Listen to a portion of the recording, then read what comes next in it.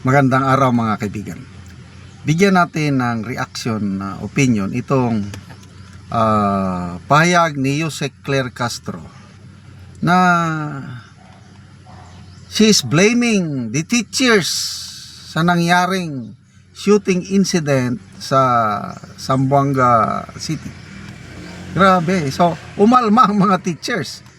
Ako, 4 years akong naging classroom teacher bago ako naging sundalo. Kaya aalma rin ako.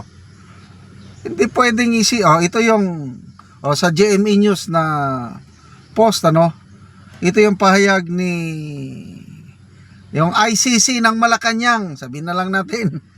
Sabi niya dapat na ang mga kabataan natin ay nagagabayan. Hindi lamang ng kanilang mga magulang kundi kung hindi sa kanila mismong paaralan. Minsan na po nating nakita mismo ang ibang mga guro ay lumalabag sa ganitong klase ng moralidad. Sila minsan ay nagtuturo ng kanilang mga estudyante kung papaano maging walang modo, lalong-lalo na sa mga nakatatanda o sa mga ibang tao. Yan ang pahayag ni Auntie Claire Castro. I don't know, ano yung basihan niya? Kung anong experience niya. But ako, alalahanin ko yung mga guro ko from elementary, high school, even college. Ni isa sa kanila, walang nagturo sa akin ng masama. O, di ba itong edad natin, mga kapwa ko senior citizen, meron tayong good manners and right conduct. Tinuruan tayo niyan. Kaya malaking utang na loob ko sa aking mga teachers kung ano ako ngayon. Sa mga teachers ko, utang ko ito. Kaya masakit para sa akin na isa ring guro na pagsalitaan ng ganito na may mga guro nagtuturo ng masama. Marami akong classmates sa college kasi education ang natapos ko agricultural education. Halos lahat 90% sa aking mga classmates naging teacher, mga principal, retired na kaming lahat. Masakit para sa amin yan na sabihan nyo kami na mga guro nagtuturo ng masamang asal sa mga estudyante. Sobra ka naman, Madam ICC. Kailan? Basa tayo sa mga comments. Delphin Cariaga Jr. Kilala ko ito, maestro ito sa aming bayan. And by the way, yung teacher ko, principal ko when I was in high school, Dr. Igmedio Cariaga, kamag-anak niya ito. Alaking utang na loob ko dito kay Dr. Igmedio Cariaga dahil siyang nag-open up sa akin para makapag-aral ng kolehiyo. Delphin Cariaga Jr. sabi niya, ICC. Alam nyo na kung ano. Tingnan muna natin pala yung ang nag-react 35,500 halos lahat. Galit kay Auntie Claire Castro. Sabi ni Ma'am Cruzada Art, why do we need to blame the teachers whenever something tragic happens involving our students? As an educator who has been teaching for decades, maestra ito, I strongly believe that teachers are not only there to teach lessons in academic subjects. We are also here to guide, mentor, support, and teach our students.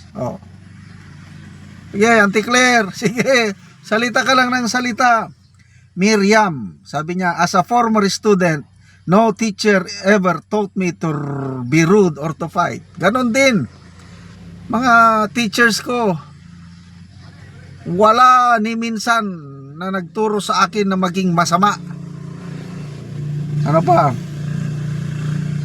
Sabi, Eliros, be careful with your words. You'll never know what it's like until you walk in our shoes. Maestra din ito. Hazan, I completely disagree to Claire's statement. I am very proud of all my teachers even up to this day, because they never taught me to be reckless and rude. Not just academics, they were instilled in me, but discipline. Sabi dito, please, sabi ni Randy Diaz, please experience yourself to teach in a classroom for you to know the real life of a teacher. Every day we teach them what is right or wrong. Magsalita si Auntie Claire. Nagturo ka ba, Auntie Claire? Ako, nagturo ako 4 years bago ako naging sundalo. Napakahirap magturo, but it's very rewarding.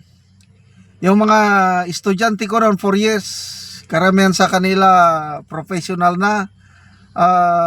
Kung minsan iimbitahin nila ako pag reunion nila, pupunta ko, and very rewarding ang maging teacher. Kaya napakasakit itong yung nangyari sa Zamboanga. It's more of nasa pamilya yan eh. Kasi ang mga first teachers are the parents.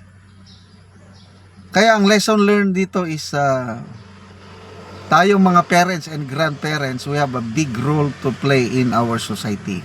Kaya ako, nandito ako ngayon sa labas. Yan, nasa sakyanan ako. Hinatid ko yung aking apo. Mag-exam sila ngayon, 8 to 10 ng exam. After that, uwi na. Hinihintay ko ngayon yung apo ko. I committed myself, ako ang driver nila. Driver, alalay, everything. Yun ang tinatawag na apostolic duty. May nabasa ko, basta ganito, my success is measured on what will happen to the second generation. Ibig sabihin, I have 3 children. Okay na sila, nakaplastado na. But will I be successful? Not yet. Depende sa mangyari sa aking mga apo. Kung maging successful ang aking mga apo, then that's the measure of my success. Kaya binabantayan ko ang aking mga apo.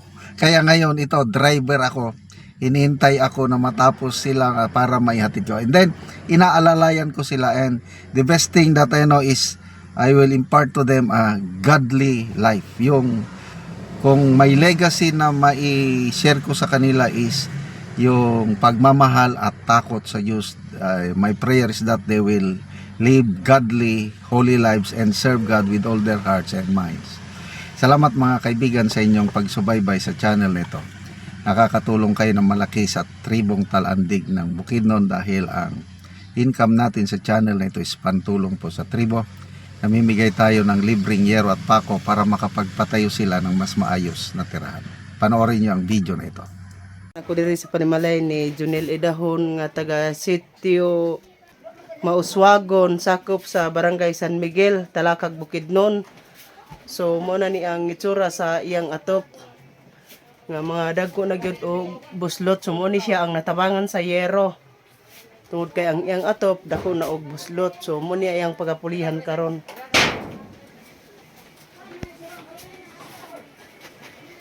So gipambitayan lang gani og mga balde kay kung mag-ulan di alang sa loron. So mo ni ang gitabang ngayro nga napulo kabok nga digis nga ilang iatop karon.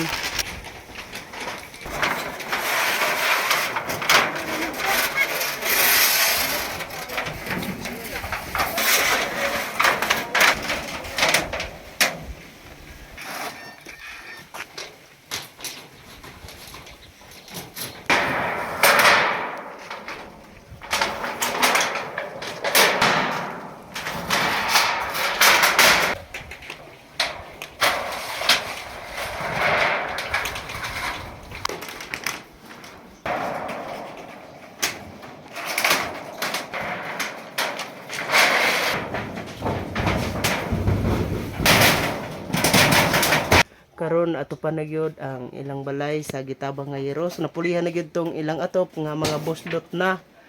So maayo na gyud nga lantawon. Salamat gyud kaayo sa Ginoo nga na ang among atop na pulihan na gyud sa bag-o nga sin tungod sa nagtabang sa amoa ang mayor pa man gani wa pa nagtabang sa amo nga mayor na gyud wa pa nagtabang sa amo nga sa sin. Ang salamat na gyud kaayo sa tao nga nagtabang sa amo aning sin. So bago pa gyud mo nakatilaw sa tabang. Karong pa gyud mi. So mo pa gyud ni nga nabot sa inyong kinabuhi nga natabangan mo para lang makabalay mo. Mao pa gyud ni. Salamat na gyud kaayo sa Salamat. tao nga nagtabang sa amo. Salamat pud kaayo.